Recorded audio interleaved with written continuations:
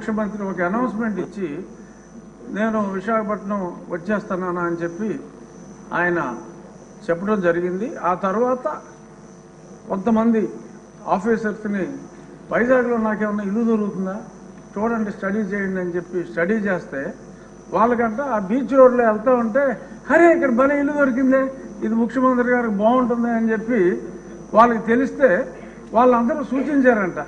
సరే that's all right, అందులోనే ఉందాం, పోనీ టూరిజం వాళ్ళకి చెప్పి అందులోనే ఉందాం, వాట్ ఈస్ దేర్, నాకు ఎక్కడైనా పర్వాలేదు, ఐఎమ్ ఏ సింపుల్ మ్యాన్ అని చెప్పి దానికి ఆయన అంగీకారం తెలిపారు. సో కాబట్టి ఒక 500 కోట్లు ప్రజలను దుర్వినియోగం చేశారు, శిక్షించాలి అని చెప్పి మా విష్ణుకుమార్ రాజు గారు గట్టిగా చెప్పారు. కానీ కొన్ని వేల కోట్లు రకరకాల ఇష్యూస్లో దుర్వినియోగం అయినాయి.